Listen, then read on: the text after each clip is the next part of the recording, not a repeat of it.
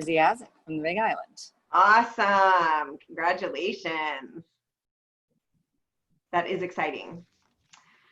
Okay, so a couple things I wanted to share with you guys today. If you were on the Monday Mindset, I covered. Can you hear that? Huh? Oh, if you're on the Monday Mindset, I covered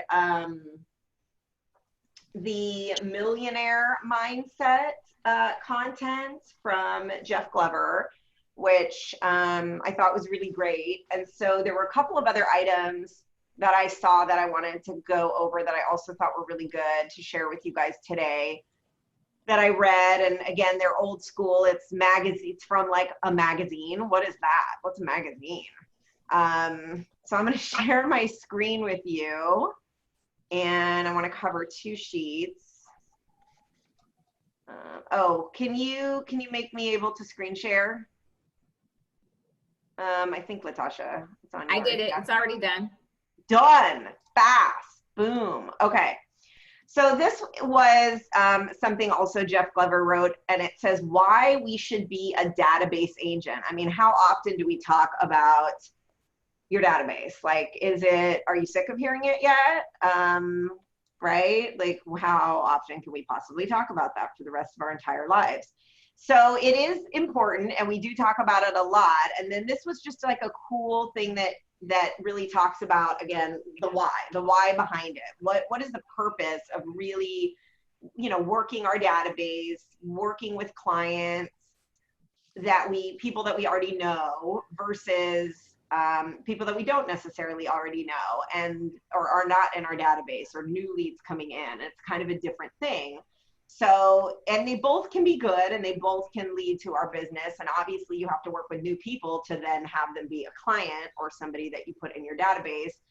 But anyway, let's go through this together because I thought it had some good stuff in it. So one reason that you want to be a database agent is higher conversion ratios, right? You work with the people you already know, that who already know, like, and trust you.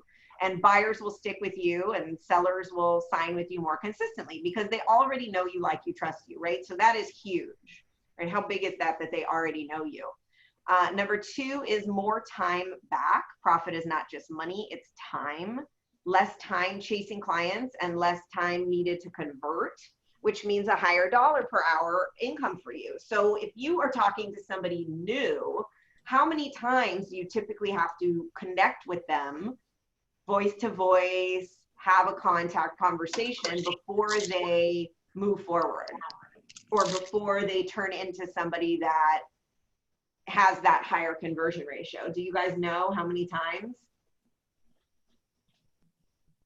Can you take a guess how many times you need to have a touch with somebody, that reach out or talk to somebody that you don't know, that's a new lead coming in, to get them to move forward?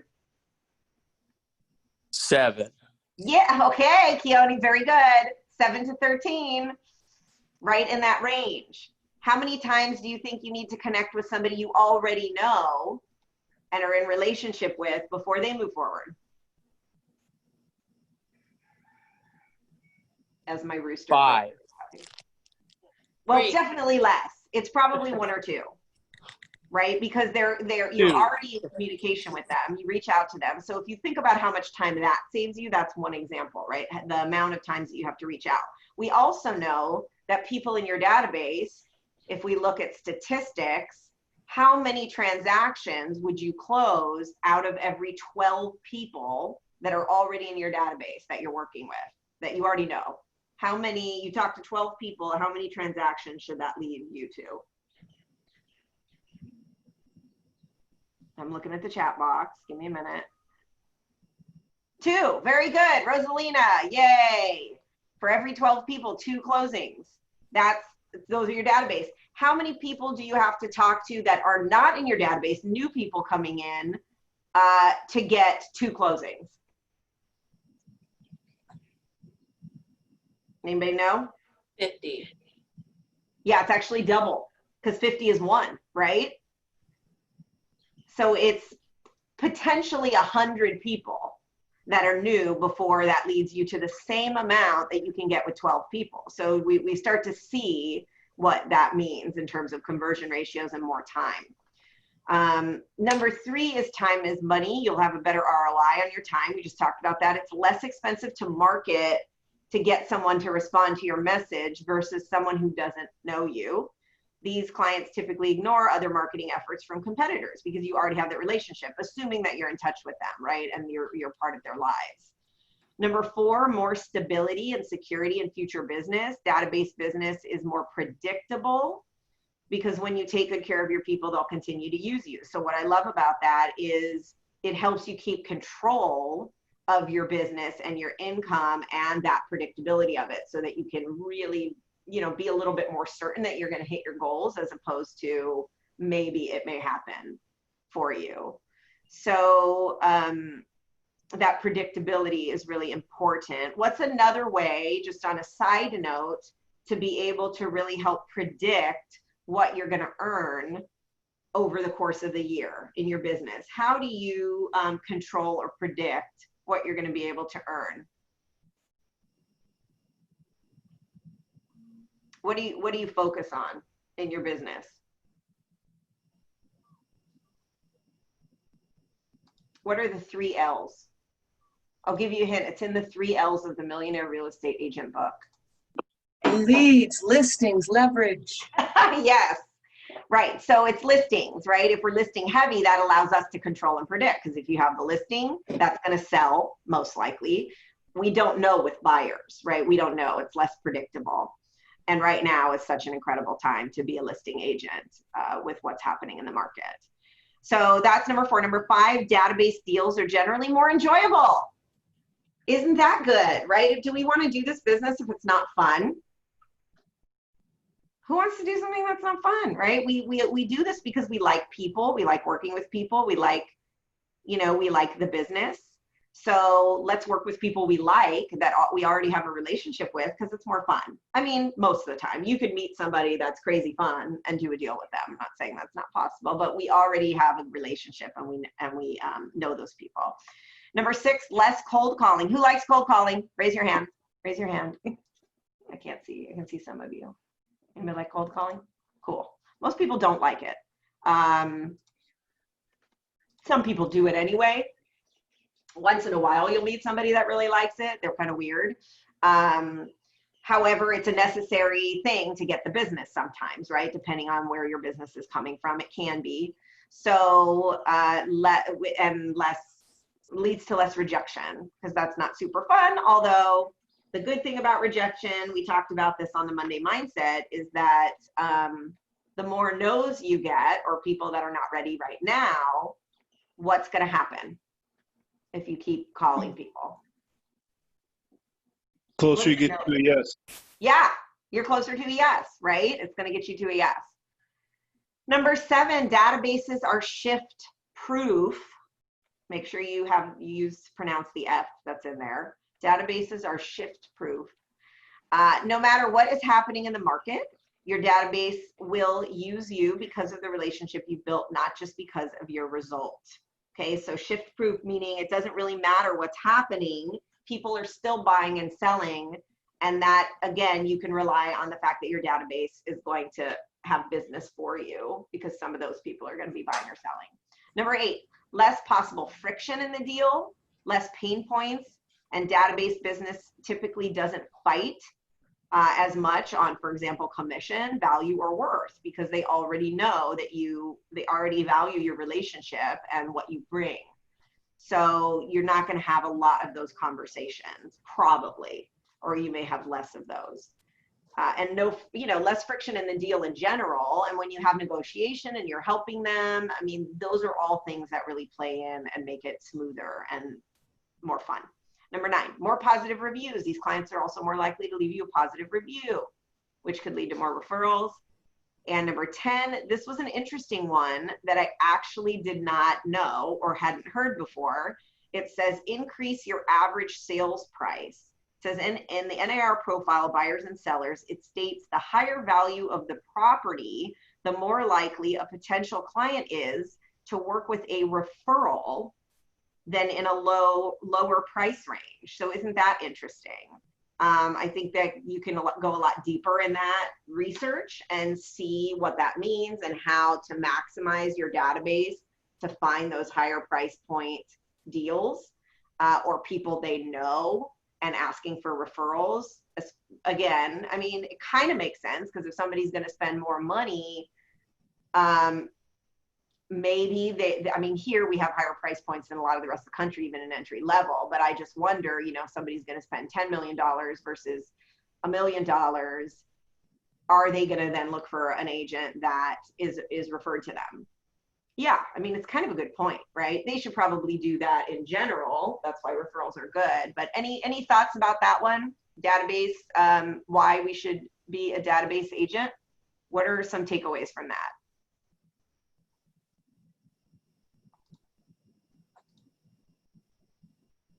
I think that success leaves clues in a lot of the, or all the top agents database.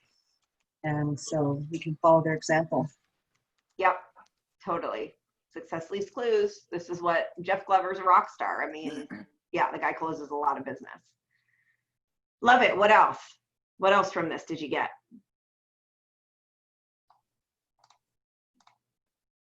Not reinventing the wheel. Awesome, Crystal. Yep, same thing. Very good. Okay, the next one that I wanted to share with you, which kind of ties into that because it's talking about relationship-based versus transaction-based. And I love this one too. And again, you know, I want you guys to hit the goals that you want to hit based on the production that you want to do that's going to fund the life that you want to live.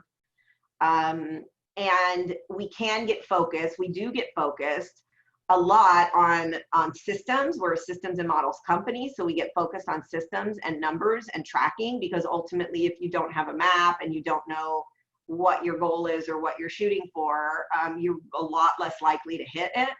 So it's very important that we do focus on the business from that perspective in addition to the client care and relationship building. That said, that does not mean you're not a relationship-based agent, right? So just because, and I think some people get confused by this, I find that some agents tend to be on one side of the spectrum or the other, and don't think that just because you may be working on and focusing on what goals you want to hit and what your numbers are does not mean that you're not a relationship-based agent. Okay, so these are two different ends of the spectrum, and really the best agent is a combination. They're a business owner and the business is important to them to fund the life that they want, and they do that through helping others and being a great relationship and service-based agent. Does that make sense? Okay, so I want to go through though, and I don't think anybody on this call is at risk of being a solely transaction-based agent. However, again, I want you to really see the things that are important and how that can mesh together. So transaction-based agents focus on the numbers purely. Okay, relationship-based agent is purely focused on the person and the people they're doing business with, and the numbers will come, right? Transaction-based agent only cares about the contacts made, appointments set, and contracts signed. And a relationship-based agent cares about the connections made and whether they're meaningful or not. And can you have both? That says only. Can you care about the contacts made, how many appointments you're setting, and contracts signed, and care about them as connections and whether they're meaningful? Is that possible?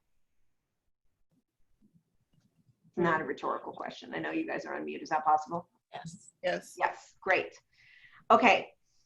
Transaction-based agents provide updates as it relates to the transaction, and usually only when the client requests it. Now, I'm going to tell you that even relationship-based agents get caught up in this when they have a deal, right? How many of you that have done a transaction are super busy with other things and you don't really continue to communicate a lot with the client other than what's necessary through the transaction?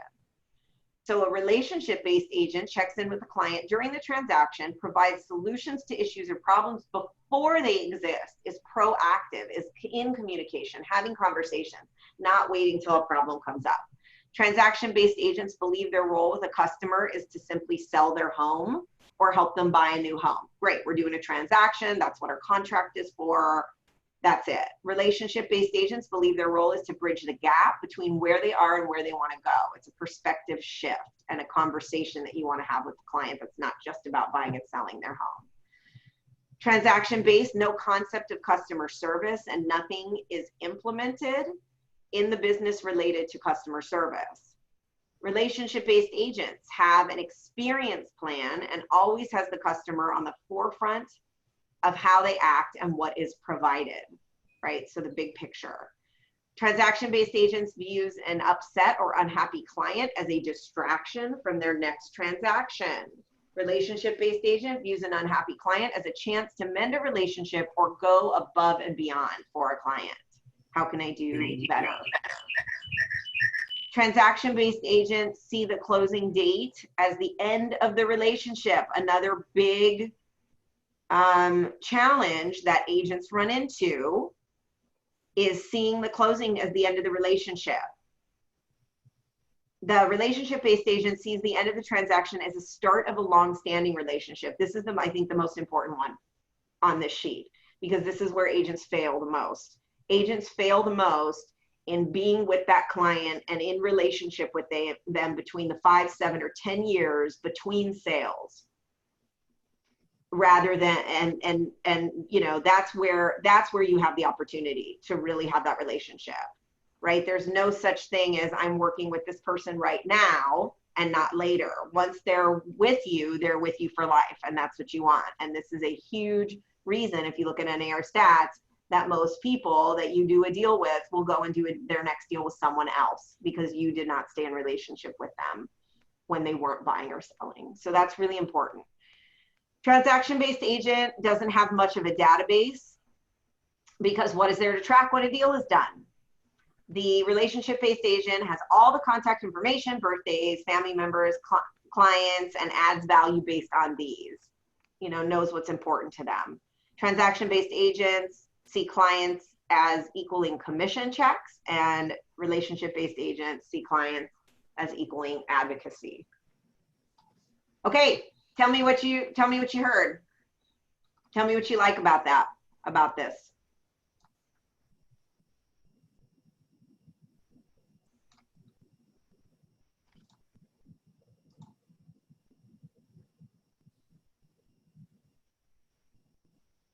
What'd you hear? What'd you like? What are you using? Well, I like because it's, you know, it's fact-based. I mean, I've lived it, and other agents that have been around have lived the stats. And so it's, you know, it's true. It's like you can run through this and know that, you know, I don't know what I'm trying to say here, but it's what is reality, if that makes sense. Meaning that most people tend to be more transaction based in some of these areas, and there's area for opportunity. Do you guys see an area for opportunity in your own business? Who sees an area of opportunity in their business? Always. Yes. Great. So Joyce says the importance of constant communication with all clients. Yeah, and how do you do that? How do you maintain constant communication with all clients? It's important, and you might have 50 people you're working with at a time, and then you might have 500 people or 5,000 people in your database or 50,000 people in your database. So how do you keep constant communication?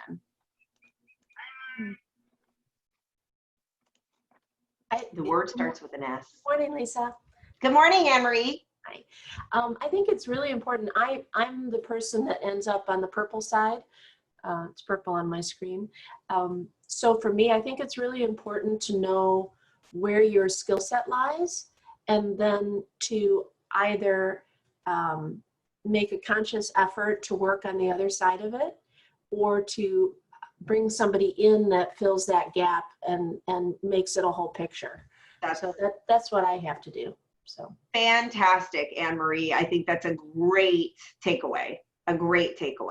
is that, okay, I have an area to improve because this is where I tend to focus, and yet this is important for me to get where I want to go, the red side, or things on the red side. You don't want to be only that way, but right, you're naturally in the purple, which I think a lot of people are, and so you can struggle in the red, and that's a system, right? It's a system, and it's a tracking process, and so getting help with that, figuring out what you can use that's going to help you to create a tool. Because ultimately, if you're not doing both, are you actually doing the best job for your client, right? If you're in a transaction with somebody and you don't have a system, even if you care about them and think they're, you have a great relationship, if you don't have a system to help you support that relationship, then you're really not doing the best for them, right? Because you're also, and your business isn't running smoothly, which is going to cause problems in you keeping that strong relationship. So it is very related. I love that, Emery. Thank you.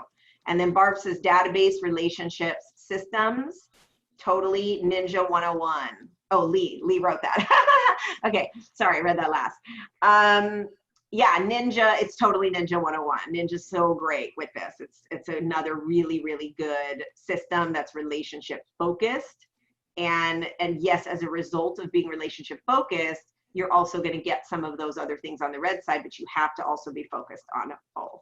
Michelle says following a model and a system to implement, have the communication necessary is paramount. Absolutely. There's a system. Joyce says smart plans. Crystal says need to fill in the gaps between the transaction. Yes, that's great. Systems, newsletters, phone calls. I need to do way more. That is where I need help. Yes. That's great to know though, where you have that opportunity, and then you have to just make a conscious focus to work on it or have somebody help you with it. Latasha says, Nancy said, focus on the people and building a long-standing relationship. Great. All right, you guys, awesome takeaways. Thank you for that. So lastly, let's just talk a little bit about, we have a little bit of time before August 1st. I don't know if you guys have heard anything more, because I honestly haven't really been up to speed this last week. So I'd love to hear, and maybe Michelle, you can give us an update on the open house, situation, how that's going.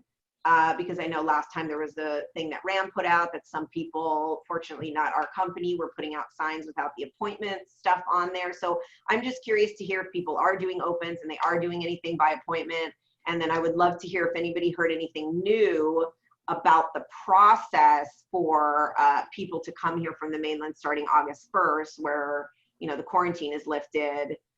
As far as the process of that, or if there's been anything that has come out in regard to testing, or I would love to hear what you guys have heard, if there's anything new, and then how it's going with opens. Or Michelle, if you want to say anything.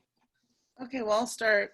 Open houses are happening both with our company and others. The key points are that you follow the direction from the Realtors Association of Maui and or West Hawaii, or the Hawaii associations on the Big Island.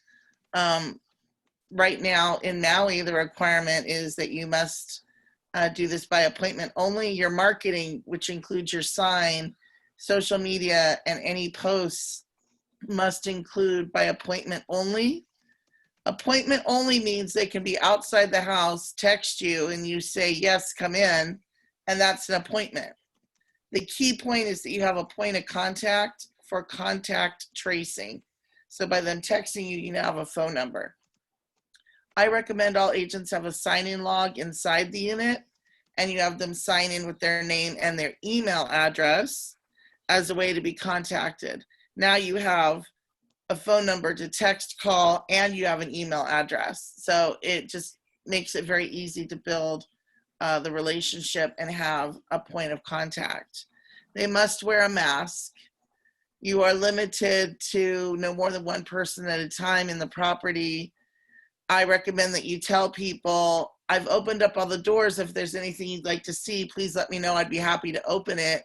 That allows the agent to wear one glove if they choose to open items. Everyone should be using sanitizing gel as they enter the unit, and the agent should be wiping down points of touch with either a Lysol spray or Clorox wipes immediately after, like doorknobs or anything that's touched before the next person comes in. So a few little inconveniences, some new procedures and protocols, but definitely very doable. The key point that was missing early on was modifying your signs. You can just print it out on a printer, tape it to your sign under your phone number, by appointment only, text me now. Some people, the public, don't understand that by appointment only means they can see it now. So if you add that, text me now, it gives that immediacy and is your call to action for them for access and entry. So I think that's really good. As far as the state reopening August 1st, I know the governor's office is working diligently. It was discussed in the legislature this week. They are in session this week through the 10th.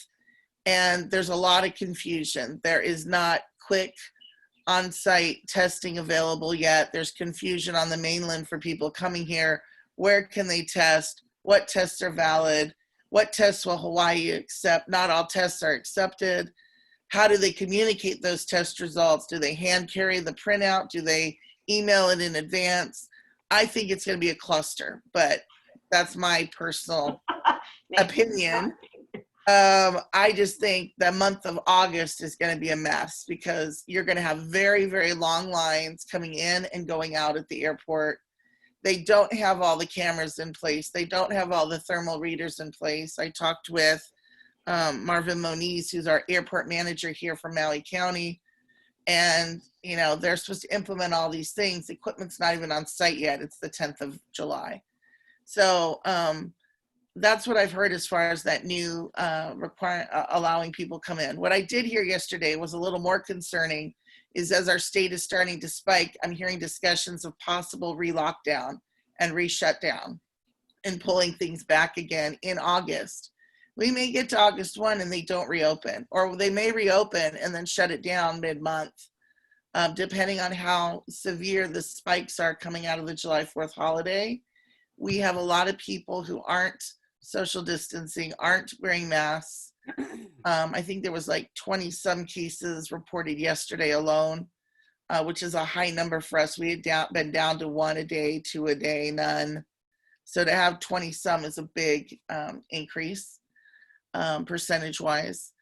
And so I'm more concerned about that. I've heard discussions at the county level about possibly reshutting restaurants, possibly. There was actually like 43 cases yesterday. Okay. 0 on Maui, but not that we should be complacent. I just don't think we're testing enough here. Oh, they're not testing enough here. Absolutely not. Yeah. So, you know, I can see a time if it continues in the upward where they go back to the stay-at-home order, where we are having to close our offices again. So I've got my ear at the state level. I'm working through Representative Tina Wildberger, who's our Kihei rep, and also several of the council members at the county council and the mayor's office. So I'm just hearing a lot of discussion and they're very concerned. They're very, very concerned. So I'm hopeful. I choose to see the glasses half full. We're here now. We can only act on what we have today. So let's all do our part and let's be hopeful that we move in a positive direction and don't take a few steps back. That being said, if we have to take a few steps back, we just need to continue to lead by example, whatever those rules are, and it's a moving target. So if you ever have any questions, please reach out to me directly. You can always call me, reach out to Lisa, and we will get you up to speed. Cool, thank you. Thank you. Thanks for the update. Yeah, because I hadn't heard a lot, so that's helpful information to know, and we'll just keep our finger on it and see what happens. Can I add one more thing? Yeah. Can I add one more thing? Yeah. Separately to that topic, Realtors Association of Maui is starting their candidate interviews for county council candidates. The first one is this Thursday. You can still sign up. It's virtual via Zoom. They're doing 5 candidate interviews in 30-minute increments. Get engaged. Your government affairs team will be making endorsements based on these interviews. And the people in power impact our business. These are the people who will be elected in November that will be making the decisions on, do we have stay-at-home orders? Are we open for business? How is Minatoya list affected? All of those things. So I beg you, please, please, please get engaged if you're not already. Yeah, thank you for that. Yeah, the speed candidating, which I love. Thank you. And the other thing I want to add about if you are doing showings or open houses, I would recommend, just again for safety purposes, and I'm talking about personal safety purposes, and I mean, which is also health, but you know, is if you have somebody, you could, when you're outside, have them, I would suggest, and if you have gloves, I would look at their ID or have them hand you their ID, and then have them step, you know, be 6 feet away and have them pull their mask down so you can just verify their identity, for safety purposes, because we have to realize, I mean, I don't know about you guys, but you're walking around out there and you might see somebody that otherwise you would recognize that you know, and you don't even recognize them. Like, we had an agent walk in yesterday to the office that was wearing his work clothes, like construction kind of clothes, had a mask on. I didn't even recognize him. I thought he was Michelle's client. He's like, I'm here to see Michelle. I swear I didn't recognize him. And then he was like, it's Erwin. I was like, oh my gosh. So I think it's important, because when people have a mask on, and not that somebody's going to be there to do harm, but you know, I just did the safety, the situational awareness and safety class. We have to, especially as people coming back to the island, and people on the island. I mean, there's crazy things going on. There's crazy times. There's some desperate things happening, and you know, based on the circumstances. So I just want you all to be really careful and aware. And that would really be something that would deter somebody that might potentially want to do harm or steal something in the house or whatever, if you verify their identity. So, And just say, this is a requirement under the current protocols. My company requires me to verify all identification prior to entry. Put it on us. It is important. I don't think we talk enough about personal safety. One of the big takeaways I took from a training, and it may have been yours, Lisa, at some point, was don't walk in the front door with the client behind you. Always gesture them in first. always You behind them. stay at the door where you can see the kitchen, the living room, whatever. Let them go in, stay within 6 feet of the door. Always leave the door open so you have an immediate access to exit the place. Yeah. Just please. Also take a picture of their license plate in their car, because you'd be standing outside. Absolutely. I mean, just be careful. We've been so lucky, and I just want our agents to be safe. Thank you. Thanks, guys. Anything else? Question, Michelle, you said, to only let in one person at a time. If it's a family, can you let in more than one? If it's a husband, wife, kid, can you let in more than one person? No, the county guideline is one person at a time. Okay. Maximum of 2 people in the property, 1 agent, 1 client. Okay, there you go. You must also have the tenant consent if it's tenant occupied. You know, nothing has changed about the pre-showing guidelines. So you have to have the seller sign that, you know, they're approving for people to come in the property. And if it's tenant occupied, the tenant must sign their consent. If they do not consent, you cannot hold the open house. Okay, and you can't force them. And the 24-hour notice is not applicable. You can't say, I'm giving you 24-hour notice and we're coming in. No, if they say no, it's no, that's it. And if you have an issue, call me. I've already had a couple conversations with owners on, you know, let me have a one-time conversation with your tenant about possibly bringing in 1 videographer with a Matterport who can do stills, video, and a Matterport.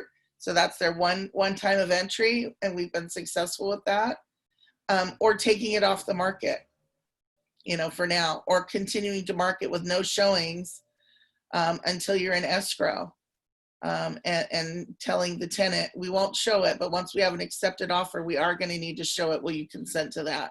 I've been successful in getting that from some tenants as well. So partner with Keone, call me. We will support you and help have those conversations with your clients. Awesome. Thank you. All right, you guys, thank you. Have a great rest of the day. Thank you so much. All right. Have a great day. Aloha. Thank you. Bye. Bye. Bye. Ilha.